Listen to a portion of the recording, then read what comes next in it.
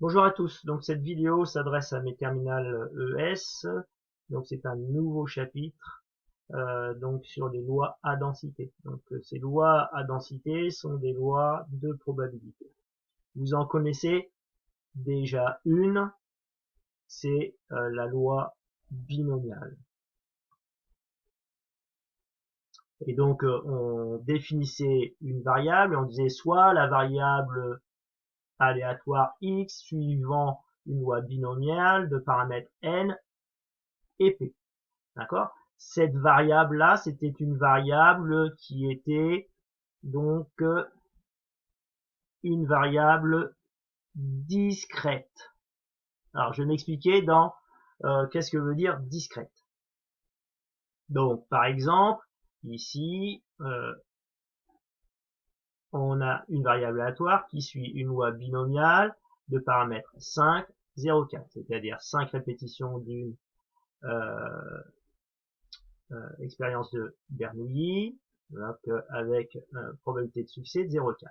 En fait, ici, la variable aléatoire, qu'est-ce que ça veut dire? Ça veut dire qu'elle pouvait prendre le nombre 0, 1, 2, 3, 4, 5. Vous remarquez ici, ce sont des nombres entiers, donc des entiers positifs. Et grâce à ces valeurs, on était capable de calculer la probabilité que la variable aléatoire soit égale à 0, qu'elle soit égale à 1, 2, 3, 4 et 5. Ou alors encore p de x inférieur à 3 ou p de x supérieur ou égal à 4, etc. On a appris à faire tout ça. Et à chaque fois, vous voyez que x prend des valeurs discrètes, les valeurs discrètes étant des nombres entiers naturels. Alors nous, dans les lois de densité, enfin à densité, nous ne prendrons pas des variables aléatoires discrètes, mais des valeurs aléatoires continues. Alors qu'est-ce qu'une valeur aléatoire continue? C'est un nombre infini, hein, puisque c'est continu infini de valeurs, compris dans un intervalle de R. Je m'explique. Alors ça veut dire quoi? Donc ça veut dire que x est une variable, c'est un nombre qui va appartenir à un intervalle de nombres, compris par une borne inférieure et une borne supérieure, a et b étant des nombres appartenant à l'ensemble des réels. Donc on va voir un exemple. Voilà l'exemple. Donc ici je vous dis que j'ai une variable aléatoire. Cette variable aléatoire, donc pardon, appartient à un intervalle 0,5 et 3,7. Ça veut dire quoi? Ça veut dire que ce nombre-là, ce sont tous les nombres allant de 0,5 à 3,7. Donc c'est un nombre compris entre 0,5 et 3,7. D'ailleurs, on peut noter la même chose, hein, x appartient à cet intervalle-là, ça veut dire que x est compris entre deux valeurs, 0,5 et 3,7. Donc il faut maîtriser les deux types d'écriture. Voilà. Donc ça, c'est pour vous dire que maintenant, dans les lois à densité, on va travailler sur un domaine continu où x est une variable qui varie entre deux nombres qui sont des nombres réels, et on peut prendre n'importe quelle valeur ici pour x. X peut prendre comme valeur 1,37, par exemple 1,37, et bien un nombre compris entre 0,5 et 3,7. Voilà pour l'explication des variables aléatoires continues. Alors, maintenant, pour calculer des probabilités, eh ben, on va devoir donc faire des calculs intégrales. Les calculs intégrales, ils se font par rapport à une fonction. Cette fonction-là, on va l'appeler fonction de densité. Maintenant, toutes les fonctions ne sont pas des fonctions de densité. Alors, qu'est-ce qu'une fonction de densité? Une fonction de densité, déjà, elle est définie sur un intervalle a, b, avec a plus petit que b, ça c'est évident. Cette fonction, on peut l'appeler f. Et pour savoir si cette fonction-là est une fonction de densité, il y aura 3 points à vérifier. Premier point,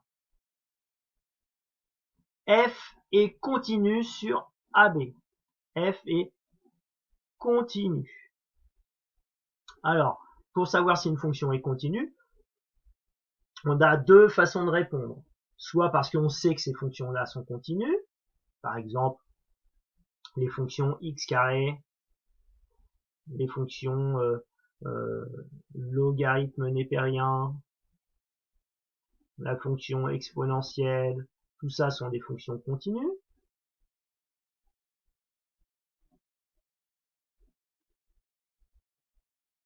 Donc sur des intervalles, donc là sur R, sur R, là sur 0 plus l'infini, voilà, ça c'est sur R aussi, hein. Donc en fait ici on sait que ces fonctions-là sont continues sur un intervalle donné. Donc pour montrer qu'une fonction est continue, il suffira de dire on sait que x carré est continu sur R, ou ln de x est continu sur 0 plus l'infini, que la fonction exponentielle est continue sur R. Et puis si vous savez pas, vous dites tout simplement que la fonction, par exemple si on prend la fonction logarithme népérien, ben, cette fonction-là, quand on la dessine, on ne lève pas le crayon. Voilà. Donc voilà comment on peut montrer qu'une fonction est continue. Donc ça c'est premièrement. Deuxièmement, il faut que pour tout x appartenant à l'intervalle AB, f de x soit strictement supérieur à 0. Alors, il faudra montrer que f de x est toujours supérieur à 0 quand x sera compris entre A et B. Par exemple, ici sur notre fonction logarithme népérien, on sait que la fonction est positive à partir de x égale 1. Donc de x égale 1 à plus l'infini, la fonction logarithme népérien est supérieure à 0. Donc si cet intervalle AB appartient à l'intervalle 1 plus l'infini, eh ben on pourra dire, on sait que la fonction logarithme népérien est donc supérieure à 0 entre 1 et plus l'infini, et sur un intervalle A, B, ben, si A et B est un intervalle inclus dans 1 et plus l'infini, alors la fonction est continue. Hein, tout simple, pas continue, est supérieure à 0. Alors on va illustrer tout ça. Alors, l'illustration, j'ai ici dessiné une courbe représentative de la fonction f. Quand j'ai dessiné la courbe, là, je n'ai pas levé le crayon entre A et B. Donc ça veut dire que je peux dire que la fonction ici est continue sur l'intervalle AB. Donc premier point, f est continue sur AB.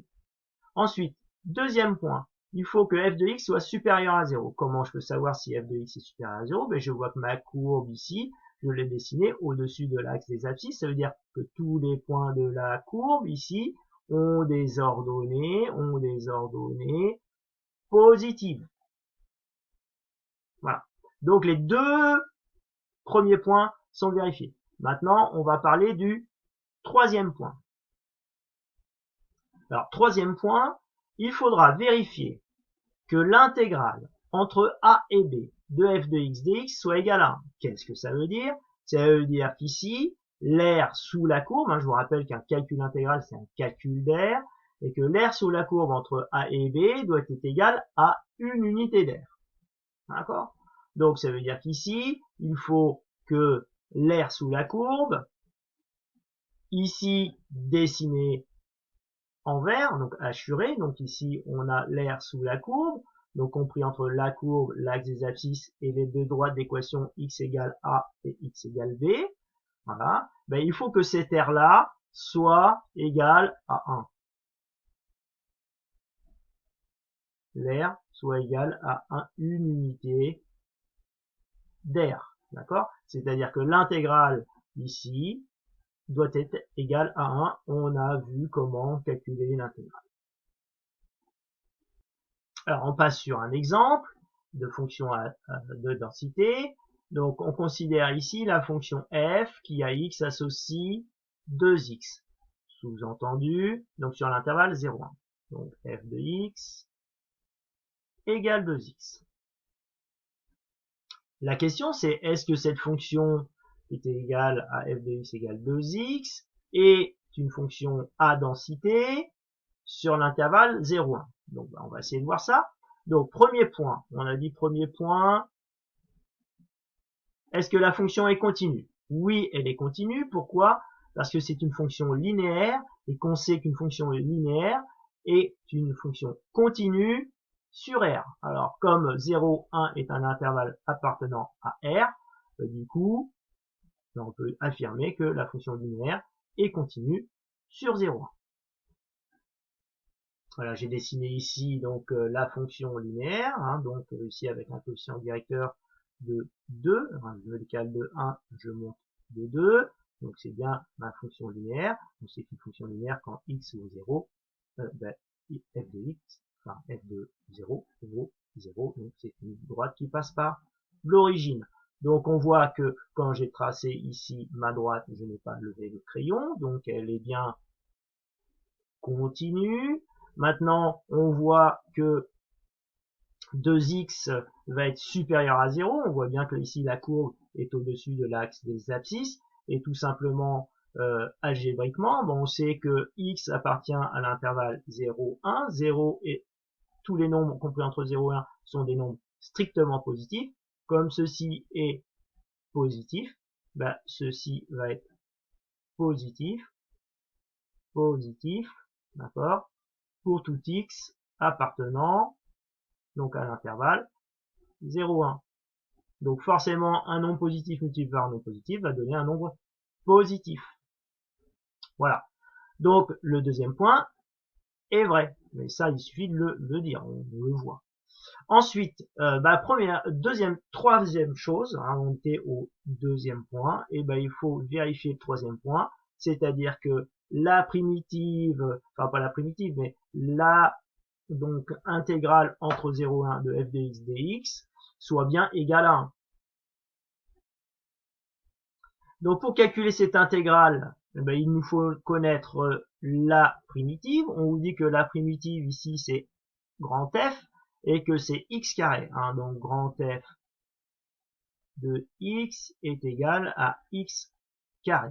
Donc ça veut dire on sait que pour calculer donc cette intégrale là, il suffit de calculer l'image de 1 par la fonction primitive, donc f de 1 moins f de 0. Donc 1 au carré, ça donne 1, et ensuite 0 au carré donne 0.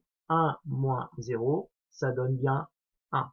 Donc on vient de vérifier que f, donc est égal à 2x sur l'intervalle 0, 1, est bien une fonction à densité sur cet intervalle-là.